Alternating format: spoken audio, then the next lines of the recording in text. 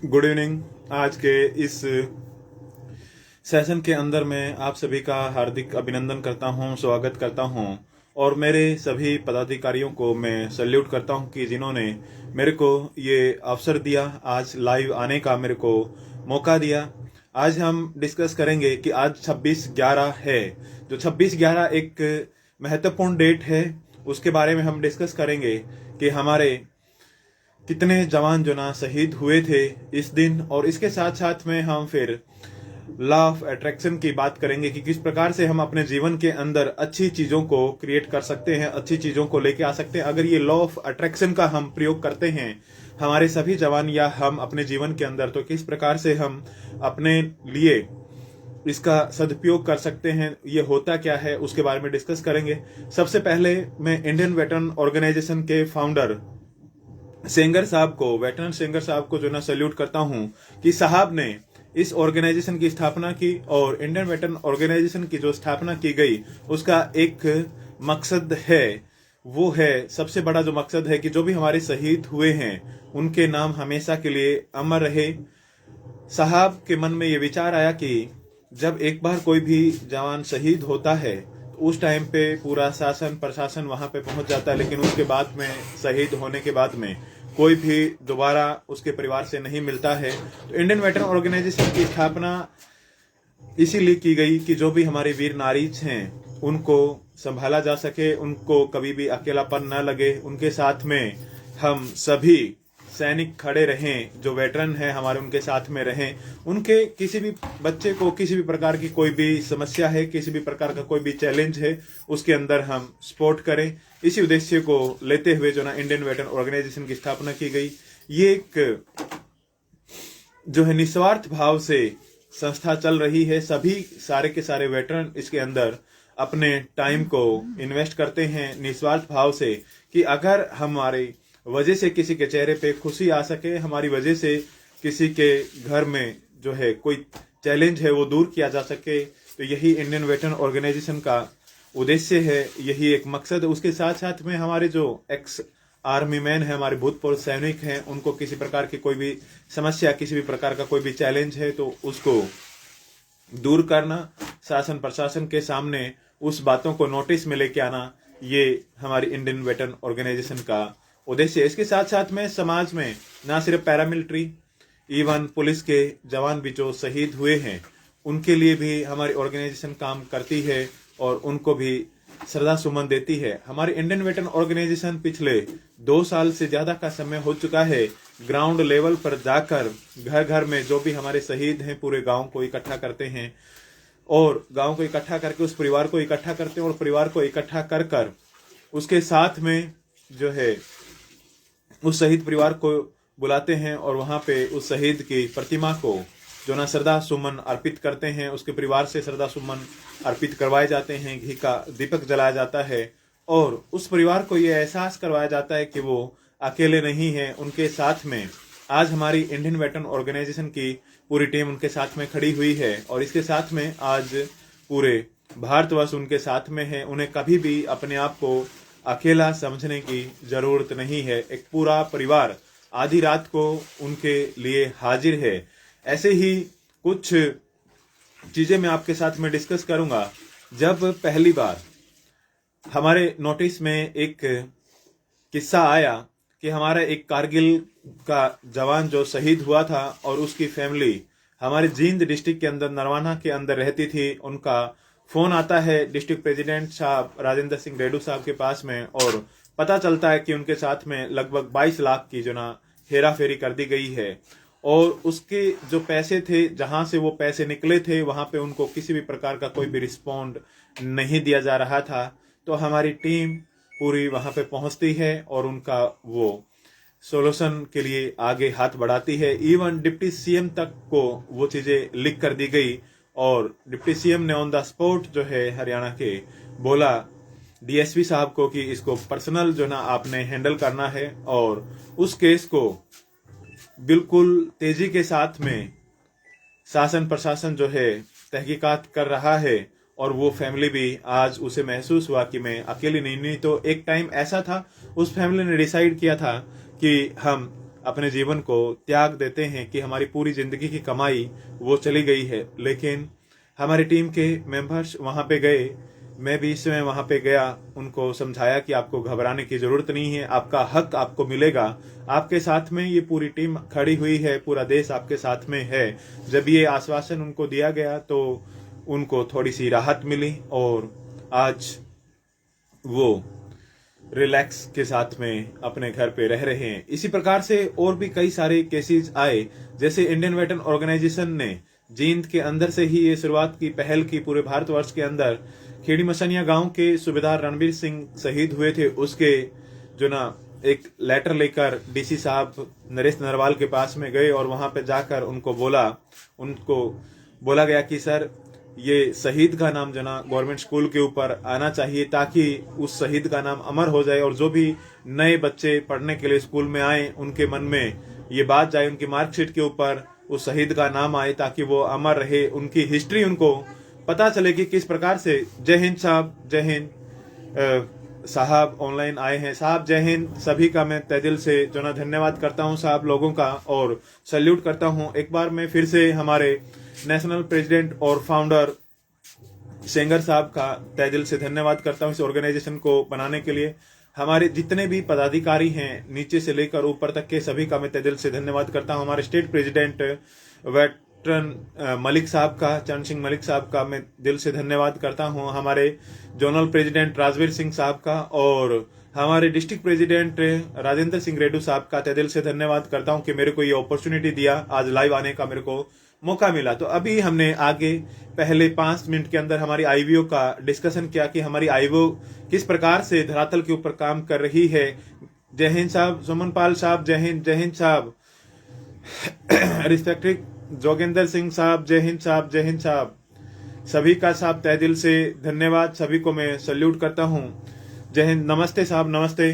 तो देखिए आज 26/11 का दिन है और 26/11/2008 के अंदर जो ना ताज के ऊपर अटैक हुआ था। मैं जितने भी हमारे साहब लोग ऑनलाइन आ रहे हैं सभी को मैं सैल्यूट करता हूं और हमारे सभी पदाधिकारियों को दिल से जो ना हृदय की गहराइयों से नमन करता हूं कि सभी टीम के हमारे सदस्य जो ना ग्राउंड लेवल पे काम कर रहे हैं। हमारे आईवीओ के सदस्य एक एक शहीद परिवार के पास में जाते हैं, मिलते हैं, गांव के सरपंच से मिलके पूरे गांव को इकट्ठा करके उस शहीद का जो है शहीदी दिवस मनाते हैं। पहले ऐसा होता था कि एक बार कोई भी जवान हमारा शहीद हुआ तो तभी शहीदी दिवस मनाया जाता था, उसके बाद में उसके परिवार वाले भी, अड़ोसी पड़ोसी भी, शासन प्रशासन सब भूल जाता था।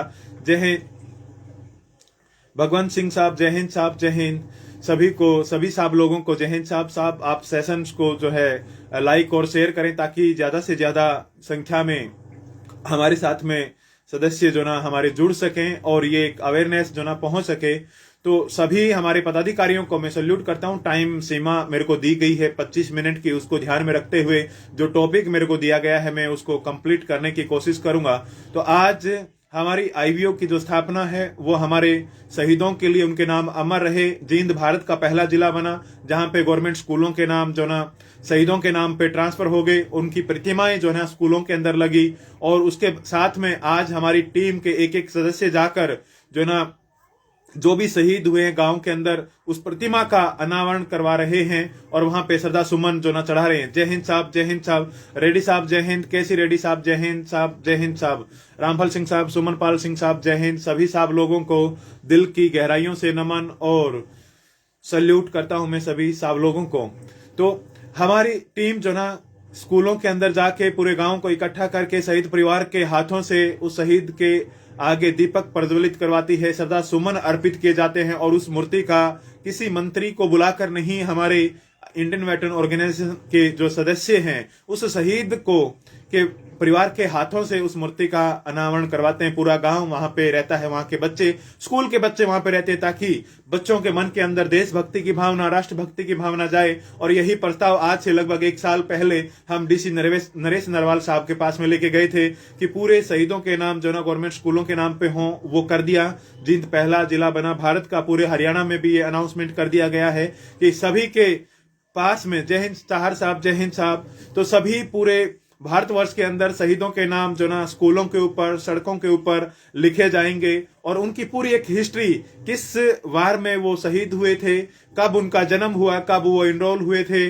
और कैसे वीर गति को प्राप्त हुए, उनके एक हिस्ट्री उसकी प्रतिमा के साथ नीचे लगी रहेगी। और स्पेशली हरियाणा के अंदर हमने ये डिमांड रखा था कि ये प्रतिमाएं स्कूलों के अंदर रखी जाएं, ताकि स्कूल के अंदर जो भी वहां रख रखाली वाला होता है उसकी रखवाली हो सके, उसकी साफ सफाई हो सके। और बच्चे जब भी आएंगे जाएंगे, और हर साल नए बच्चे स्कूल से पास आउट होते हैं, हर साल नए बच्चे स्कूल के अंदर आते हैं, तो उन बच्चों के मन में वो देशभक्ति की भावना, राष्ट्रभक्ति की भावना उनके मन के अंदर जाए। तो मैं सैल्यूट करता हूं हरियाणा गवर्नमेंट को, उस हमारी मांग को स्वीकार किया और न्यूज़पेपर के अंदर भी अनाउंसमेंट निकाली।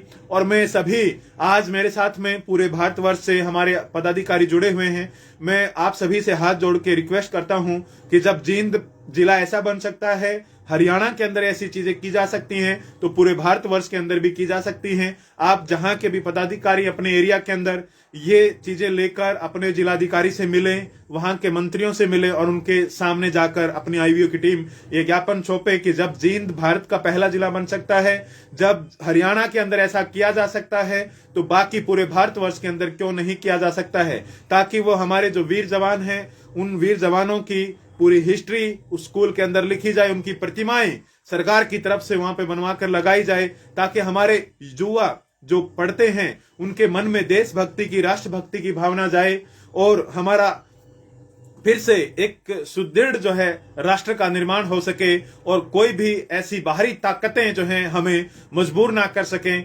यही एक उद्देश्य जो है इंडियन वेटरन ऑर्गेनाइजेशन का है और उसी को लेके हम काम कर रहे हैं। तो मैं सभी हमारे पदाधिकारियों को जो ना रिक्वेस्ट करता हूं कि अपने अपने डिस्ट्रिक्ट के डिस्ट्रिक्ट कलेक्टर साहब से मिले, उसके प्रोसीजर्स को आप पता कर सकते हैं कि किस प्रकार से हम गए थे। 8-10 सदस्य अपने आईवीओ के जाकर हम एप्लीकेशन लिख के अपनी लेटर पैड हेड के ऊपर जाकर हम उन शहीदों की लिस्ट ले जाकर जिला सैनिक बोर्ड से जाके मिल सकते हैं, बात कर सकते हैं। और जब एक जगह पे ये चीज की जा सकती है तो दूसरी जगह पे भी पॉसिबल है, सिर्फ हमें थोड़ा सा एफर्ट करने की जरूरत है। स्टार्टिंग में दिक्कतें आती हैं, नया काम करने में दिक्कतें आती हैं, शुरुआत हो चुकी है। तो हमारे सभी पदाधिकारियों से मैं रिक्वेस्ट करूंगा कि ये काम जो ना पूरे भारतवर्ष के अंदर हो, हर शहीद का नाम जो ना हर गवर्नमेंट स्कूल के ऊपर, उस एरिया के गवर्नमेंट स्कूल के ऊपर, वहां की सड़कों के ऊपर हो और वहां के लोकेलिटी के अंदर हमारी पूरी टीम जाके उनके शहीदी दिवस को जो ना मनाती है। और उस टाइम पे मैं आपसे ये भी रिक्वेस्ट करूंगा कि वहां का कोई भी ऐसी जो महानुभूति है उनको भी इनवाइट करें, ताकि उनको पता लगे कि हमारे एरिया के ये शहीद हैं और उसके परिवार को किसी भी प्रकार की कोई भी समस्या है वो शासन प्रशासन के सामने हम लेके जाते हैं। ऑलरेडी हमारी आईवीओ ये काम कर रही है। अर्धसैनिक बल के साथ में भी हम जुड़े हुए हैं, पुलिस के जो जवान शहीद हुए उनके लिए भी हम काम कर रहे हैं। और इवन समाज के अंदर अगर किसी भी प्रकार की कोई भी ऐसी चीजें दिखाई देती है उसके साथ में हम खड़े हुए हैं। हम जो ना राष्ट्र निर्माण के लिए, राष्ट्रभक्ति के लिए, वर्ल्ड पीस के लिए, विश्व शांति के लिए हमारी संस्था काम कर रही है कि पूरे विश्व के अंदर जो ना शांति फैले, पूरे विश्व के अंदर शांति हो, उसके लिए हमारी संस्था काम कर रही है। यही उद्देश्य के साथ में हमारे सेंगर साहब ने इस संस्था का निर्माण किया। और अब मैं आगे, आज का जो दिन है वो बहुत ही महत्वपूर्ण दिन है। 26/11/2008 को ताज के अंदर जो ना अटैक हुआ, उसके अंदर कसाब को पकड़ा गया और बहुत सारे हमारे जवान जो ना शहीद हुए। मुंबई पुलिस के बहुत सारे जवान शहीद हुए। हमारे एनएसजी के कमांडो को वहां पे डाला गया और उसके बाद में उस रेस्क्यू के अंदर लगभग जो ना बताते हैं 650 से ज्यादा जो ना वहां पे बच्चे थे, बड़े बूढ़े थे, उनको सुरक्षित जो ना निकाला गया। और बहुत सारे हमारे जवान, मेजर हमारे उनी कृष्ण जो हैं शहीद हुए। इसके अंदर हमारे मुंबई पुलिस के इंस्पेक्टर, सिपाही, कई सारे हमारे जवान जो ना आज के दिन में शहीद हुए। उन शहीदों को हम सभी नमन करते हैं और उन सभी शहीदों को हम आज के दिन सैल्यूट करते हैं और भगवान से प्रार्थना करते हैं उन सभी शहीद परिवारों को हिम्मत दे परमात्मा, उन सभी शहीद परिवारों को शक्ति दे, ताकत दे, उनको जो ना मजबूती दे कि वो अपने जीवन को अच्छे से सरवाइव कर सकें। और पूरी हमारी टीम जो है इंडियन वेटरन ऑर्गेनाइजेशन की उनके साथ में है, हमेशा हमेशा उनके साथ में हमारी टीम रहेगी। तो आज का दिन बहुत ही महत्वपूर्ण और एक हमारे ही एनएसजी कमांडो की छोटी सी स्टोरी में आपके साथ में शेयर करूंगा। मेरे को उनसे पर्सनली मिलने का मौका मिला। सुरेंद्र कमांडो, एनएसजी कमांडो को उतारा गया, उनके अंदर उन्होंने एक आतंकवादी को मारा और एक आतंकवादी को उन्होंने जिंदा वहां से पकड़ा ताज होटल से। तो उसके बाद में सुरेंद्र कमांडो को जो ना आगे जाके जो ना देश की सेवा पहले सेना में की और फिर जो ना पॉलिटिकल के रास्ते भी सेवा करने का मौका मिला। वो दिल्ली कैंट से 2 बार जो ना विधायक रह चुके हैं और उन्होंने हमेशा हमारे जवानों के लिए भी अच्छा किया, अच्छा सोचते रहे। तो उन्होंने एक बात बोली थी कि अगर हम सच्ची नीयत से कोई भी काम करते हैं तो हमारे को परमात्मा जरूर साथ देता है। और उनके सामने जो ना गोलियों की आवाज, सारी चीजें उन्होंने लाइव उस चीज को देखा। उनके पैर में भी जो ना छर्रे लगे थे उस ग्रेनेड के और उन गोलियों के, तो उन्होंने लाइव उनको पकड़ा। और ऐसे हीरो आज हमारे बीच में है। इंडियन आर्मी के ऊपर हमें बहुत गर्व है। और इवन ताज होटल के जितने भी एम्प्लॉइज थे उन सभी ने भी बहुत ही कोऑपरेट किया, भारतीय सेना का बहुत ही कोऑपरेट किया। उन्होंने भी अपनी जान को आगे लेकर वो आगे बढ़ रहे थे, हमारे जवानों के साथ में सपोर्ट कर रहे थे।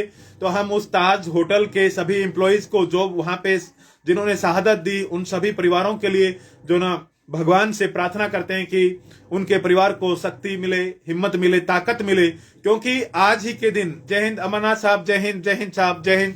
आज ही के दिन हमारे 26/11 के अटैक में कई सारे जवान शहीद हुए। सेना के जवान थे, जो मुंबई पुलिस के जवान थे, पैरामिलिट्री के कुछ जवान थे जो शहीद हुए, और उसके अंदर कुछ हमारे सिविलियंस भाई भी शहीद हुए। तो उन सभी के लिए जो ना हम प्रार्थना करते हैं परमात्मा से, और हम उन सभी वीरों को सल्यूट करते हैं इस माध्यम से।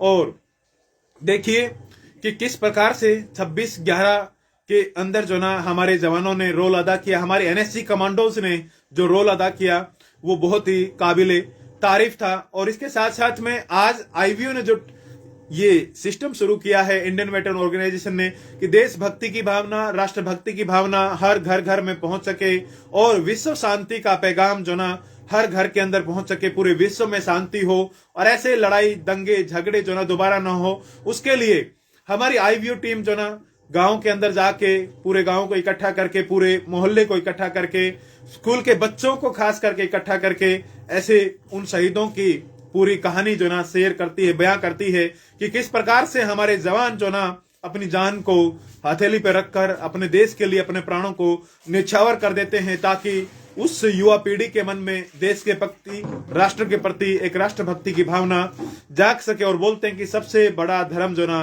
राष्ट्र का है, राष्ट्रभक्ति से बढ़ के कोई भी धर्म नहीं है, कोई भी जो ना मजहब नहीं है, राष्ट्र से बढ़ के कुछ भी नहीं है, सब जो है राष्ट्र के नीचे आता है।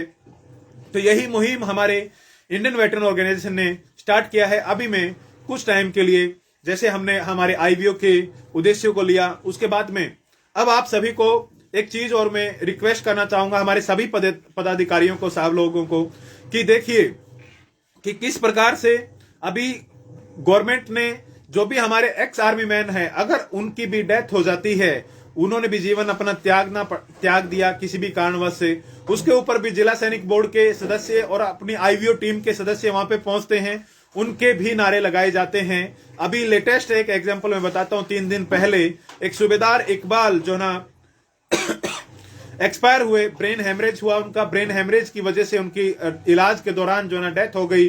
और जैसे ही मेरे को पता चला तो अपनी टीम के व्यक्ति जो ना, मैं अपनी टीम के सदस्यों को लेकर, इंडियन वेटरन ऑर्गेनाइजेशन के सदस्यों को लेकर वहां पे पहुंचा और हमने पूरे रास्ते भर जो ना सूबेदार इकबाल हुसैन जिंदाबाद के अमर रहे के नारे लगाए, अमर रहे के नारे हमने जो ना पूरी रास्ते तक लगाए, उनको श्रद्धा सुमन जो ना अर्पित किए।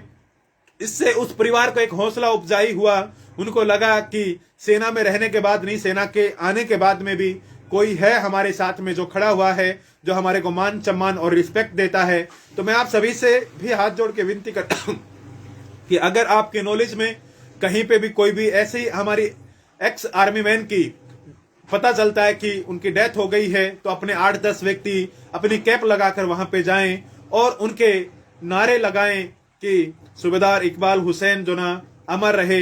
ये नारे हम लगा सकते हैं, उनके बारे में बताएं कि उन्होंने कैसे कैसे काम किया, कि एक लोगों के अंदर, परिवार के अंदर एक अच्छा मैसेज जाए कि जिससे उनको ये लगे कि हाँ भाई सिर्फ सेना में रहते रहते ही वो सम्मान नहीं मिलता, आने के बाद में भी उन्होंने सेवा की है, उसका भी जो ना बेनिफिट जिंदगी भर, जिंदगी जाने के बाद में भी सभी को मिलता है कि वो सेवा करके आए थे सेना के अंदर। तो ये काम भी हम जरूर करें। और दूसरी सबसे इंपॉर्टेंट चीज ये है कि हम जितनी ज्यादा हो सकते हैं अपनी संख्या को बढ़ाएंगे, जितना हमारा ग्रुप बढ़ेगा उतना ज्यादा जो ना हमारे को बेनिफिट्स होंगे। आज मेरा एक टॉपिक था जिसका नाम है लॉ ऑफ अट्रैक्शन कैसे काम करता है हमारे जीवन में। लॉ ऑफ अट्रैक्शन के बारे में आपने सुना होगा, जो भी चीजें हमारे जीवन में हम चाहते हैं दिल से वो घटित होना शुरू हो जाती हैं, और पूरी कायनात, पूरा ये यूनिवर्स, परमात्मा हमारे साथ में जो ना जुड़ जाता है और हमारे को उस रास्ते के ऊपर लेके चला जाता है। आज हम सभी का हम लॉ ऑफ अट्रैक्शन का प्रयोग करेंगे कि हमारे सदस्यों की संख्या 1 करोड़ पहुंच जाए, 1 करोड़ सदस्य हमारे जो ना आईवीओ के अंदर ज्वाइन हो, और हम देशभक्ति, राष्ट्रभक्ति और विश्व शांति के लिए काम करें और उन शहीदों को वो मान सम्मान दे सकें। उसके लिए जो ना हमारे संगठन का को और मजबूती मिलेगी। जब हमारी स्ट्रेंथ और बढ़ जाएगी तो और ज्यादा मजबूती मिलेगी। तो हम किस प्रकार से अपनी स्ट्रेंथ को और ज्यादा बढ़ा सकते हैं, इसके अंदर हम लॉ ऑफ अट्रैक्शन के 7 नियम को डिस्कस करेंगे कि उन 7 स्टेप्स को हम करके हमारी इस स्ट्रेंथ को हम बढ़ा सकते हैं। कि अगर हमने वो जय हिंद साहब, विनोद कुमार साहब जय हिंद, ओम प्रकाश धकाड़े साहब जय हिंद साहब, आचार्य सिंह गिल साहब जय हिंद साहब, सभी साहब लोगों को जय हिंद। तो वो 7 स्टेप्स में जल्दी जल्दी आपके साथ में डिस्कस करूंगा, क्योंकि हमारे एक साहब का और जो ना प्रोग्राम है 8:30 बजे। तो किस प्रकार से हम इस 11,000 से 1 करोड़ तक अपनी संख्या को लेके जा सकते हैं। और दूसरी चीज ये है कि देखिए सर, अगर हम अपने आईवीओ का स्टेटस लगाएंगे, अगर हमने ये आज का जो सेशन है इसको अपने व्हाट्सएप स्टेटस पे लगाएंगे, लोगों के पास में भेजेंगे, बार बार जो ना हम करते रहेंगे, भेजते रहेंगे, मैसेज भेजते रहेंगे, ज्वाइन करे ना करे, लेकिन बार बार जो भी चीज की जाती है, मनोविज्ञान का ये नियम है कि वो हमारे मन के अंदर छप जाती है। जैसे हम टीवी के अंदर कोई भी सीरियल देखते हैं, बार बार एक एड आती है निरमा की, ठंडा मतलब कोका कोला, जो बार बार चीजें बोली जाती है वो हमारे मन में जो ना छप जाती है ऑटोमेटिकली, साइकोलॉजिकली जो ना ये काम हमारे साथ में होता है। तो हम अगर डेली रेगुलर अपने स्टेटस लगाएंगे और हमारे जो भी लेक्चर्स होते हैं उनको शेयर करेंगे दूसरों के साथ में, धीरे धीरे करके लोगों के मन में हमारी आईवीओ की अवेयरनेस जाएगी, अवेयरनेस उनके पास में पहुंच जाएगी और हमारी संख्या जो ना धीरे धीरे बढ़ना शुरू हो जाएगी। और हम ये टारगेट लेके चलें कि महीने में हमने 10 नए सदस्यों को अपने आईवीओ के साथ में जोड़ना है।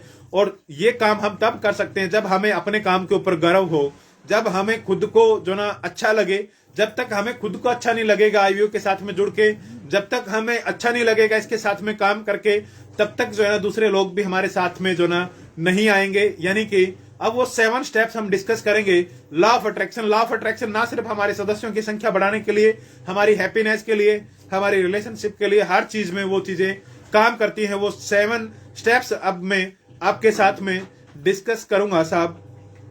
पहला स्टेप है कि देखिए, ये बताते हैं बहुत सारे नोबेल पुरस्कार विजेता जिन्होंने नोबेल पुरस्कार मिला है मनोविज्ञान के अंदर, उन्होंने एक बात बोली है कि हम जो भी सोचते हैं वही हम बन जाते हैं। यानी कि जैसा हम सोचेंगे वैसा ही हम बनना शुरू हो जाते हैं। हमारा मन जो ना किसान के खेत की तरह है, उसके अंदर जैसे बीज डाले जाते हैं वैसे ही फसल तैयार होती है, वैसी चीजें मिलती है। यानी कि हमने पहले से ही अपने अंदर ये मानना है, अच्छी चीजें अपने बारे में सोचनी है, हम अपने संगठन के बारे में अच्छा सोचना है, अपने सदस्यों के बारे में अच्छा सोचना है, अपने देश के बारे में अच्छा सोचना है। अगर हमारी सोच अच्छी हो गई तो डेफिनेटली जो ना वो हकीकत बनेगी। और जैसा हम सोचते हैं वो चीजें हमारे जीवन में घटित होती हैं।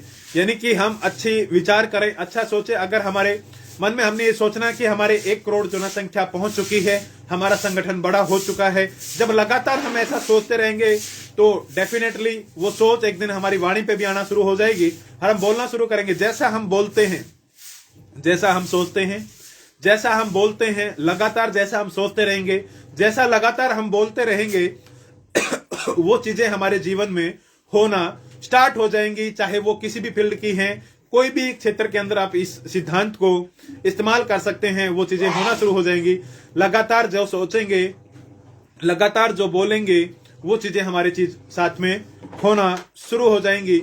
जैसा सोचा, जैसा बोला और जैसा देखा, जैसा हम देखते हैं, अगर हम अच्छी चीजें पढ़ेंगे, अच्छी चीजें देखेंगे, तो उसका भी असर जो ना वही चीजें हमारे जीवन में अट्रैक्ट होना शुरू हो जाएंगी। देखिए, महाभारत के युद्ध के दौरान जब श्री कृष्ण भगवान ने गीता को जो ना अर्जुन को सुनाया, उसके अंदर एक बात उन्होंने बोली कि वही चीजें हमारे जीवन के अंदर बनती हैं जहां पे हमारा ध्यान जाता है, जहां पे हमारा फोकस होता है।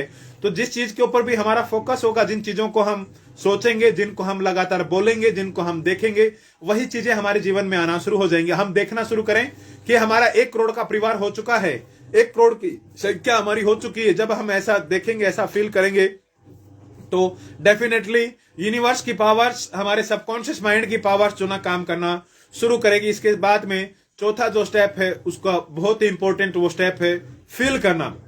जब तक जैसा हम अनुभव करते हैं, जैसा हम फील करते हैं, वैसे ही रिजल्ट हमारे को मिलते हैं। जब तक हमारे साथ में फीलिंग नहीं होगी, अनुभव नहीं होगा, तब तक हमारे जीवन में वो चीजें घटित नहीं होंगी। जय हिंद साहब, जय हिंद साहब, जगदीश राम साहब जय हिंद, सेंगर साहब जय हिंद, जय हिंद साहब, सुमन पाल साहब जय हिंद, जगदीश राम साहब जय हिंद, मलखान सिंह साहब जय हिंद, जय हिंद साहब, सभी साहब लोगों को सल्यूट है। तो चौथा जो हमारा स्टेप था वो था कि हमने फील करना है कि हमारी 1 करोड़ स्ट्रेंथ हो चुकी है, 1 करोड़ के सदस्य जो ना हमारे हो चुके हैं और ग्राउंड के ऊपर हम काम कर रहे हैं। हमारा परिवार 1 करोड़ का हो चुका है, हमने फील करना है। रियली में आज हम 11,000 हैं और अभी लाइव हम 14 हैं, सिर्फ 14 हैं। तो हमें ये चीज फील करनी है कि अभी जो ना 1 करोड़ लाइव है, 1 करोड़ लाइव हमने देखना है। इसके आगे मिलियंस के अंदर जब तक हम फील नहीं करेंगे, जैसा हम बोलते हैं, पहला स्टेप था हमारा कि जैसा हम सोचेंगे, जैसा हम बोलेंगे, जैसा हम देखेंगे, जैसा हम अनुभव करेंगे, वैसी चीजें हमारे साथ में होना शुरू हो जाएंगी, हमारे जीवन में अट्रैक्ट होना शुरू हो जाएंगी। और 5वीं जो इंपॉर्टेंट चीज है हमारे जीवन में, कोई भी चीज को अट्रैक्ट करने के लिए, हमारे ऑर्गेनाइजेशन को आगे एक अच्छे लेवल पे लेके जाने के लिए, वो 5वीं जो चीज है वो है हैप्पीनेस। हम देखिए सोचते हैं कि अगर हम ये काम करेंगे तो हमें खुशी मिलेगी, अगर मेरा बेटा नौकरी लग गया, अगर मेरे बेटे के नंबर अच्छे आ गए, मेरे को वो फला नौकरी मिल गई, या मेरी बीवी ने ऐसा कर दिया, मेरे बच्चों ने ऐसा कर दिया, तो मेरे को खुशी मिलेगी। लेकिन होता क्या है, वो खुशी थोड़े टाइम के लिए मिलती है, फिर हम एक नॉर्मल स्टेट के अंदर आ जाते हैं। यानी कि हम बाहर की चीजों पे जब तक डिपेंड रहेंगे तब तक हम खुश नहीं रह सकते हैं, हमें इंटरनली खुश रहना पड़ेगा। और एक हैबिट है, बोलते हैं साइकोलॉजिस्ट एक बात बोलते हैं, खुशी एक हैबिट है, इसको डेवलप किया जा सकता है, इसको डेवलप किया जा सकता है। यानी कि हम एक आदत बनाएं कि जैसा भी स्थिति परिस्थिति हो, भगवान श्री राम के जीवन में भी संघर्ष था, कृष्ण के जीवन में भी संघर्ष था, जितने भी साधु महात्मा संत हुए, जितने भगवान हुए इस धरती के ऊपर, उन सभी के जीवन में संघर्ष था, और हमारे जीवन में भी संघर्ष तो रहेगा ही रहेगा।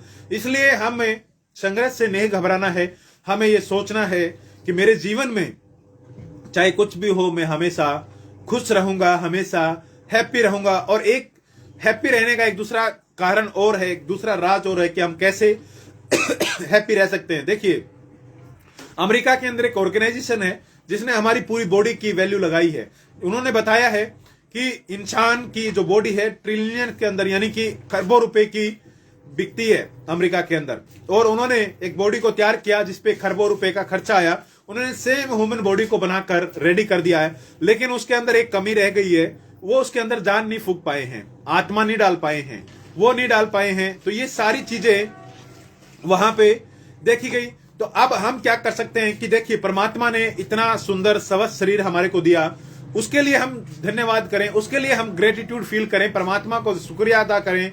जिस भी परमपिता परमेश्वर वाहेगुरु अल्लाह रब जिसे भी हम मानते हैं, उनका हम जो ना शुक्रिया अदा करें, उनका धन्यवाद करें। जब हम धन्यवाद करेंगे, जो चीज हमारे पास में है, अगर हम अपने जीवन में जो भी चीज चाहते हैं पहले से ही उसका धन्यवाद करना शुरू कर दें, या जो हमारे पास में जितनी पेंशन हमारे को मिलती है, जो हमारे बच्चे जैसे भी हैं, बीवी जैसी भी है, जो भी चीजें हमारे पास में है, अगर हम उसका धन्यवाद शुरू कर देंगे, ग्रेटफुल माइंडसेट के अंदर अगर हम काम करेंगे, तो हम हैप्पीनेस स्टेट के अंदर आएंगे, कभी भी हम दुख की स्टेट के अंदर नहीं रहेंगे।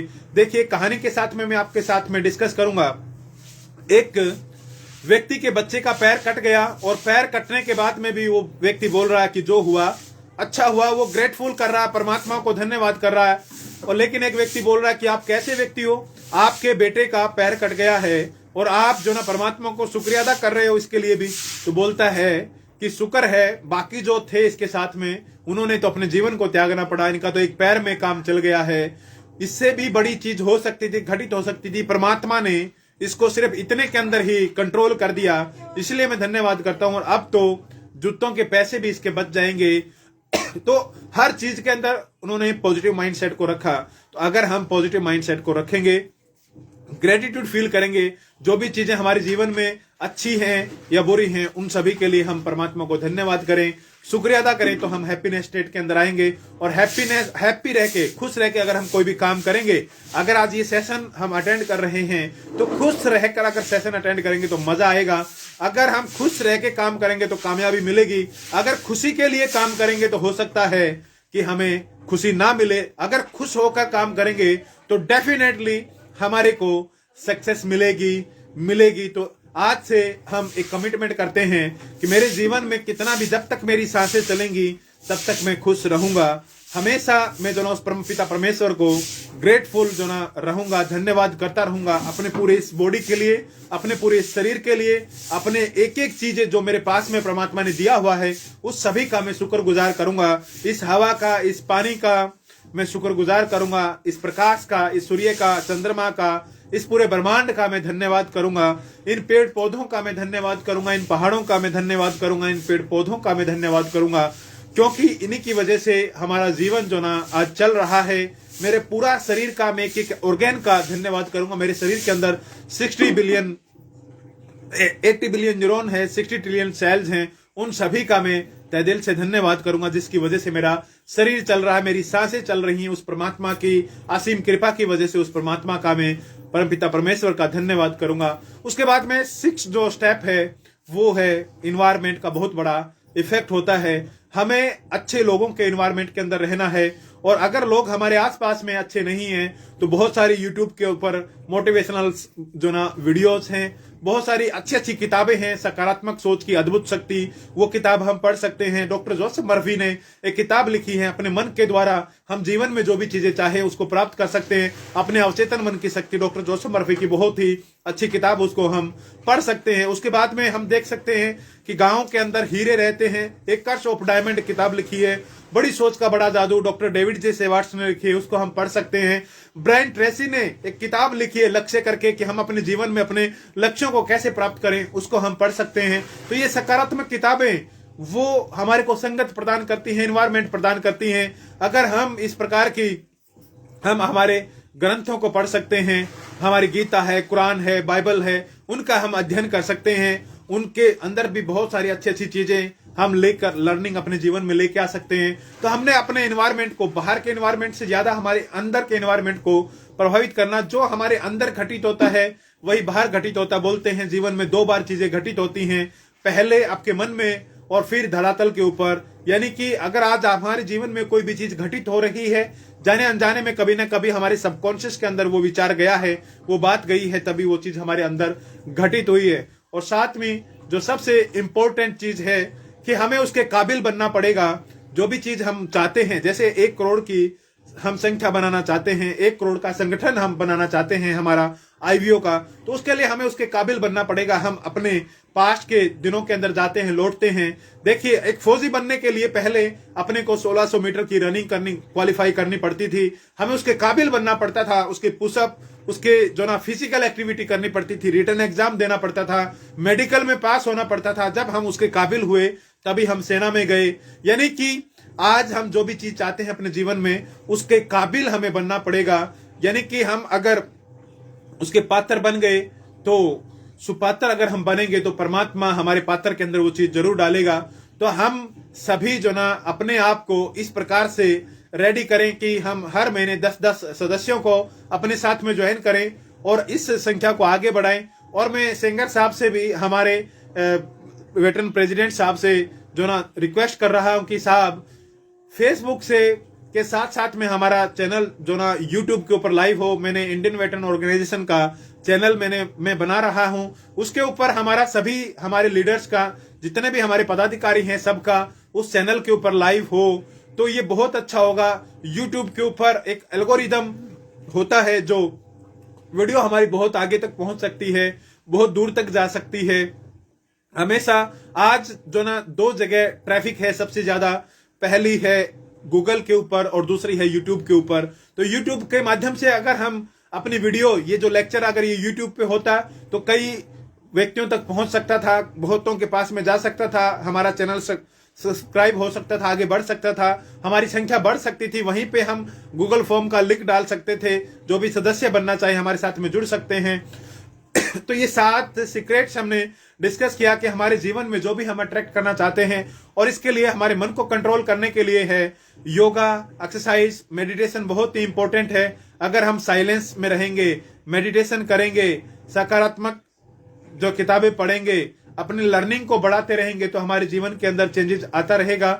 मैं अपने टाइम को ध्यान में रखते हुए नेक्स्ट जो है हमारे स्पीकर साहब का टाइम हो चुका है, यहीं पे मैं अपनी वाणी को विराम दूंगा और मेरे सभी साहब लोगों को तहे दिल से धन्यवाद करता हूं। मैं पूरी बॉडी को, इंडियन वेटरन ऑर्गेनाइजेशन के एक एक सैनिक को धन्यवाद करता हूं, एक एक हमारे वेटरन को धन्यवाद करता हूं, सभी को सल्यूट करता हूं कि आप सभी ने अपने कीमती समय को निकाला, और हम सभी एक शपथ लेते हैं कि हम इस ऑर्गेनाइजेशन को 1 करोड़ की संख्या तक लेके जाएंगे। 1 करोड़ तक जो ना हमारे सब्सक्राइबर होंगे, 1 करोड़ लोग हमारे साथ में जुड़े होंगे। ये मिशन, हम जो 7 स्टेप हमने डिस्कस किया, हमने लगातार ये सोचना है 1 करोड़ के बारे में, 1 करोड़ कैसे पहुंचे मेरा संगठन, हमने उसको बोलना है, लगातार बोलना है कि मेरा 1 करोड़ होगा। हमने जो ना बोलने के साथ साथ में उसको देखना है, अपनी बंद आंखों से, खुली आंखों से 1 करोड़ की संख्या देखना, हमने उसको फील करना है। हमने खुश रहते हुए, ग्रेटिट्यूड फील करते हुए, परमात्मा को धन्यवाद करते हुए हमने ऐसा इन्वायरमेंट क्रिएट करना है। अच्छी अच्छी किताबों के साथ में हमने जुड़ के रहना, अच्छे लोगों के साथ में हमने कनेक्ट रहना है, और अपनी पात्रता को हमने बढ़ाना है। योग और मेडिटेशन के जरिए अपनी सोच को हमने डेवलप करना है, उस परमपिता परमेश्वर से, क्रिएटर से अपने आप को क्रिएट करना है। Thank you. आज आप सभी ने अपने कीमती समय को इन्वेस्ट किया। मैं परमपिता परमेश्वर से प्रार्थना करता हूं आप सभी के जीवन में खुशी, सुख, शांति, समृद्धि, स्वास्थ्य, आनंद, धन, दौलत, प्रेम, प्रचुर अवसर हर पल हर घड़ी बढ़ते रहे। और सर, मैं पिछले 2 साल से ऊपर हो गया है फ्री में सुबह योगा मेडिटेशन करवाता हूं। मैंने 500 घंटे का मेडिटेशन किया अपने हर एक धर्म गुरु के पास में जाके।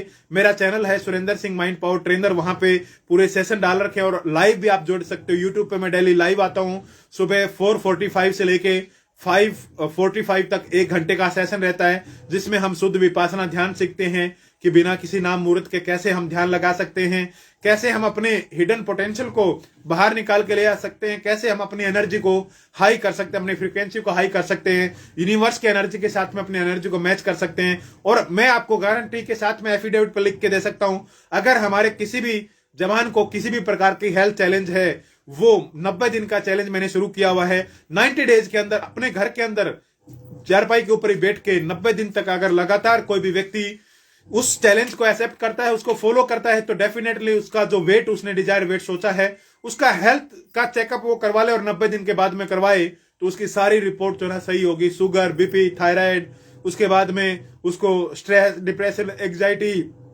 उसका वेट मैनेजमेंट, वेट ज्यादा है तो उसका कंट्रोलिंग वेट होगा, तो वो सारी चीजें, उसके एनर्जी, स्टेमिना बढ़ेगा।